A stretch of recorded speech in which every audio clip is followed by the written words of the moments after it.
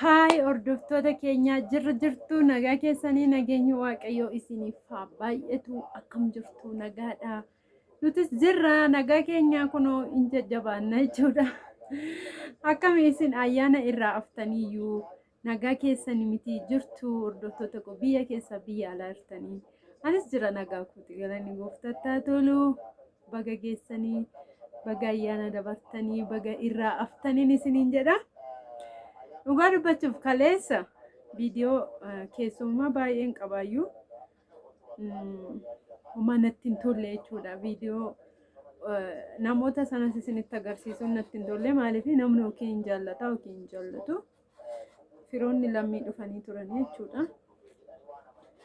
Innaa viidiyoo hojjechuudhaaf isumaa dhugaa dubbachuudhaaf yeroo hin arganne kaleessa sanbataa waan hundumaa kaleessan hojjedhe ani qidaamee biddeen bichaan tolchee galgala sayyuyyuu qidaamee dafanii wanni naan finne waan ta'eef umayyuun hojjenne jechuudhaan qidaamee innaa foon akka jirutti lafeen jechuudha. Foon isa kaanillee kaleessa lammii zalazzalee fannisee jira. Irraa immoo waxii diimaa xibsii minaaminii goggodhee allichaas irraa godhee ittiin keessummaa gaggeessee jechuudha. Viidiyoo waraabuun immoo waa'ee natti hin mijanne. Lafeen inni irraa immoo foon irraa cirame lafeen akkanumatti bule waaqa guyyaa lama jechuudha fooni. Lafeen kan tirii gubbaarra bulee amma garuu mucayyoo weessu waameen dhufuu didde jechuudha. Garuu araasiidha gannaayyuu kaateetti illee garuu araasiidha. Mucayyoon yeroo dhiyoo kana ishee biran deemas jedhee yaadaa jira.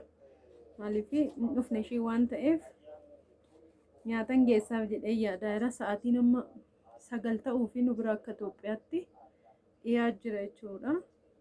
Yoom akka bari'u yoom akka deemu hin beektani dhugaa waaqaa biyya kanatti. Sa'aatiin baay'ee fiiga jechuudha. Akka biyya Arabaa miti. Biyya Arabaatti sa'aatiin namaan deemu. Ani beeka ani garuu yeroo biyya Arabaa ture sa'aatiin naan deemu ture. Amma hin beeku malee warra achi jirtaniif garuu asitti sa'aatii osoo isin hin beekin fiiga dhugaa. Inna yeroo dhuma hin arganne kaleessa lafee kana cicciree tanan caccabsee tananii goommana immoo hin bitanne boru gabaan hin dhaabatti. Mucayyoo wayii gabaanan deema itteerti jechuudha. Isheedhaanani goommana naa bitta'eeraan boru. Amma boruutti taa'uun qabuun tabalaashaa waaqa. Amma iyyuu garuu maa fooliin godhanne jechuudha. Foonichi tiriirra taa'ee jira waan ta'eef itti naffanne kan qilleensi galaa ture waan ta'eef homaan ta'u jechuudha. Amma foon kun buriin ganaan ilaal. Kuni distiin koo kananitti lafatti fayyadamudha kushiinaatti. Distii kushiinaati. Kana qiqqiliin godha'ee yaadaa jira. Isa kana. Kan amma kana jechuudha laala distii gubbaarra kan ture tiriirra kan ture kana qiqqiliin godha. Kan ammoo kanas ilaalaa dhugaa. Kanas ilaala.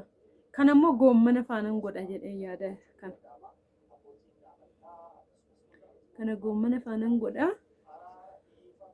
Waxiin jira jechuudha. Waxiin kanan hojjedhe waxiin jira. Kun immoo foon isaati. Kana goommana faanan hojjedha. Kan ammoo qiqqiliin godha jechuudha. Innaa akka caccabseera jechuudha lafeesa. Kun akkanatti caccabseen jira. Amman caccabsadhe jechuudha.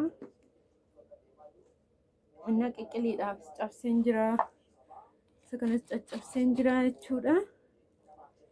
Kaleessa yeroo hin arganne jechuudha. Irra kaawwatan tureyyuu kaleessa. Yeroon dhabe waaqa. Har'a ganamayyuu dadhabee tanan hirribaa ka'e Kiristoos. Baay'ee nama dadhabsiisa. Hojiin manaa xiqqoon qabdu. Isiniin jedhaa hordoftoota koo kanattan badee koottaa nyaadhaa fandishaa. Muuzii fandishaa koottaa nyaadhaan isiniin jedha kan kaleessa irraa fedha. Amma ganama kanas kotti. Ganama kanas buna danfiseen ka'e garuu namaaf wanni hin jenne. Innaa hordoftoota kiyya kana isiniin jenna. Like share nu godha kanatti bannee jechuudha. Badeen jira. Kaleessuma natti mijanne jechuudha viidiyoo isiniif hojjechuuni. Inna baay'ee isin jaalladha, baay'een isin kabaja. Like share naa godha. Kottaa nyaadhaayi.